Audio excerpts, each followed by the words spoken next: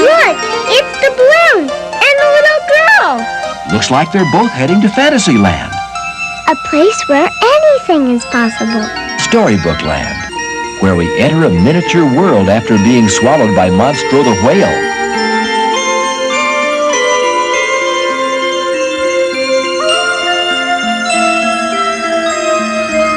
The Casey Jr. train offers guests another view of these storybook settings. There's no place like Fantasyland. And it's getting better all the time.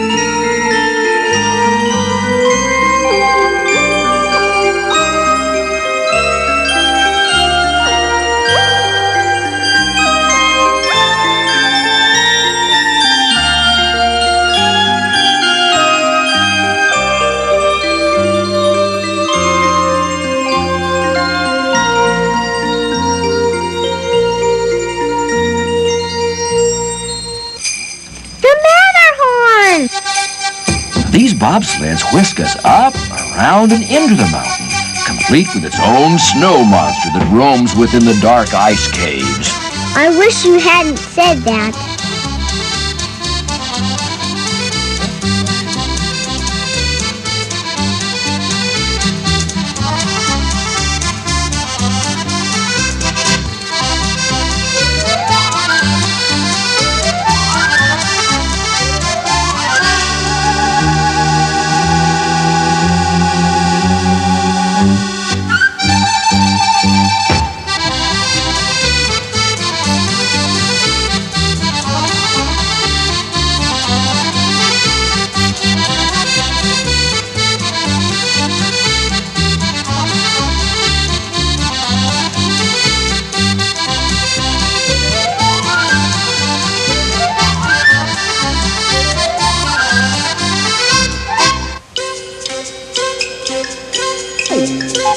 Our final Fantasyland destination is the It's a Small World attraction. Inside are more than 300 singing and dancing dolls. They're all audio Well, what you mean is audio animatronic. Right. In this case, it means they span the world with music and song.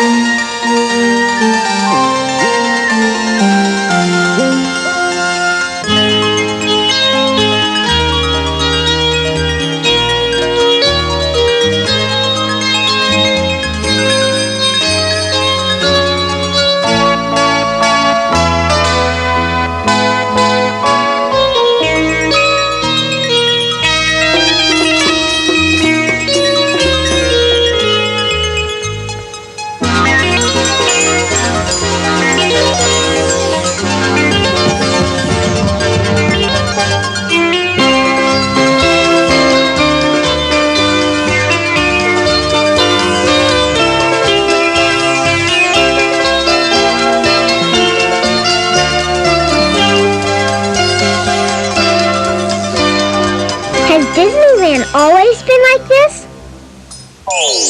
No, there have been years of planning and creating.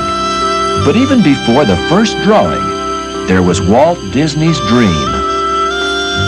Well, it came about when my daughters were very young, and I felt that there should be something built where that the parents and the children could have fun together. I started with many ideas, threw them away, started all over again. And eventually it evolved into what you see today as Disneyland. But it all started from a daddy with two daughters wondering where he could take them, where he could have a little fun with them, too. Though Walt Disney's talents had established him as a leader in the film industry, it was nearly impossible to raise the money to finance such a novel form of entertainment. Disneyland was soon referred to by many as Walt's Folly. But being Walt Disney, he managed to raise the needed funds, largely in the form of personal loans. From dream to reality, there was the involvement of artists, writers, engineers, and architects, the people Walt Disney called Imagineers. Concepts were created, altered, and improved to to breathe life into fantasy. For example, a mock Peter Pan became a more practical flying boat. Once the Imagineers had a drawing they liked, the model shop built a replica. When that was approved, it was full speed ahead.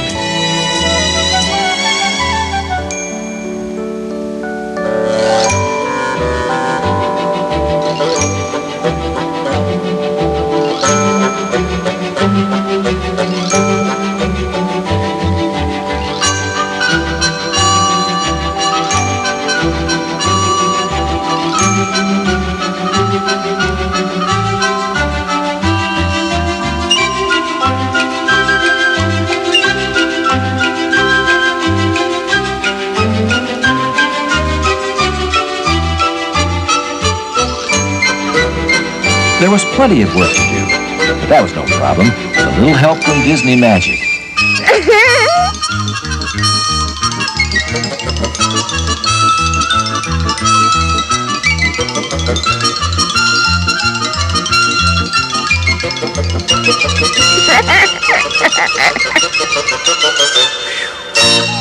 And the final touch, the brass ball high atop the Disneyland flagpole.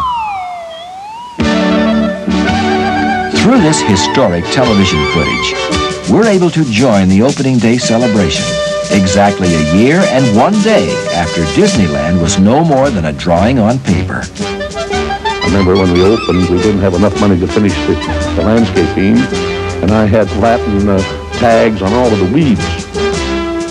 Whether ready or not, Disneyland was a fantastic success. The festive feeling of opening day has always stayed at Disneyland, where every year has brought something new and exciting. Here, children from all corners of the world add water from their countries to the It's a Small World Canal at its opening ceremony. And as with Fantasyland, all of Disneyland is constantly growing and improving. Here in Tomorrowland, Autopia offers guests a chance to test their driving skills. Goofy's driving? I'd cover my eyes, too. How bad a driver can he be? Oh, I see.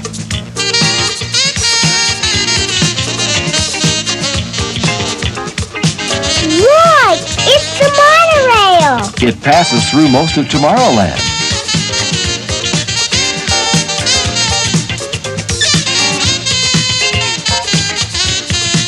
You'll see the revolutionary people mover through this land, too.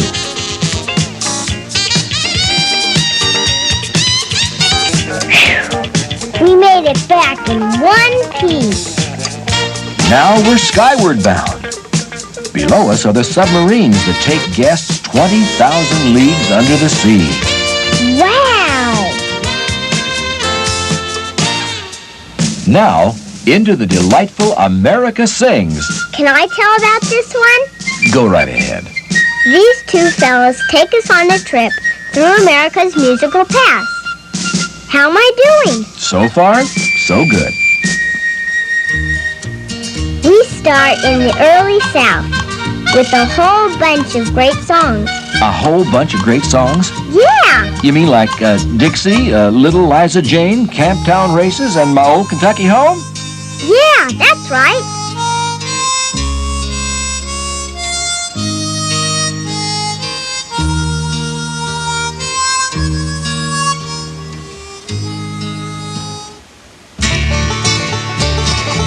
Then we move to the Old West. Right. I mean, we really move. In this special theater, the whole building turns, moving us from one stage to another.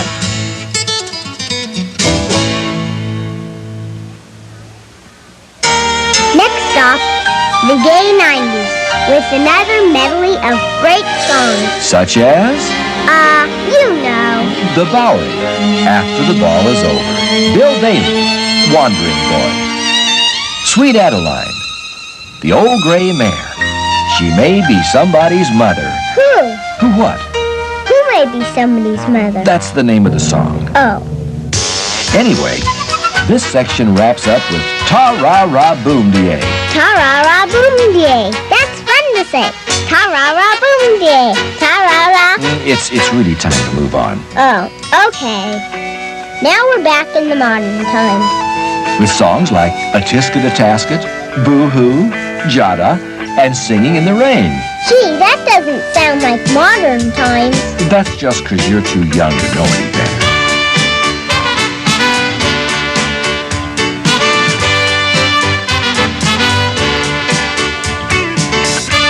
Guests will always hear Hound Dog, See You Later Alligator, Shake, Rattle and Roll, Twistin' USA, and Joy to the World, all sung in ways you'll never forget.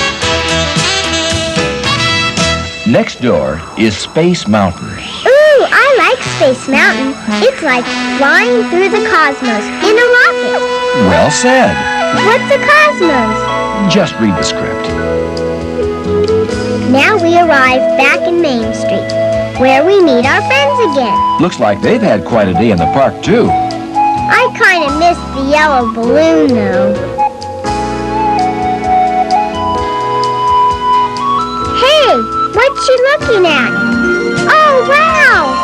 There must be hundreds of them. I've always heard that Disneyland is a magical place.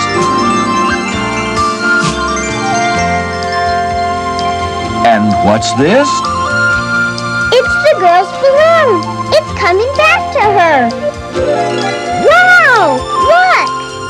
Can we come back again? Of course we can. And each time it'll seem as fresh and as amazing as ever.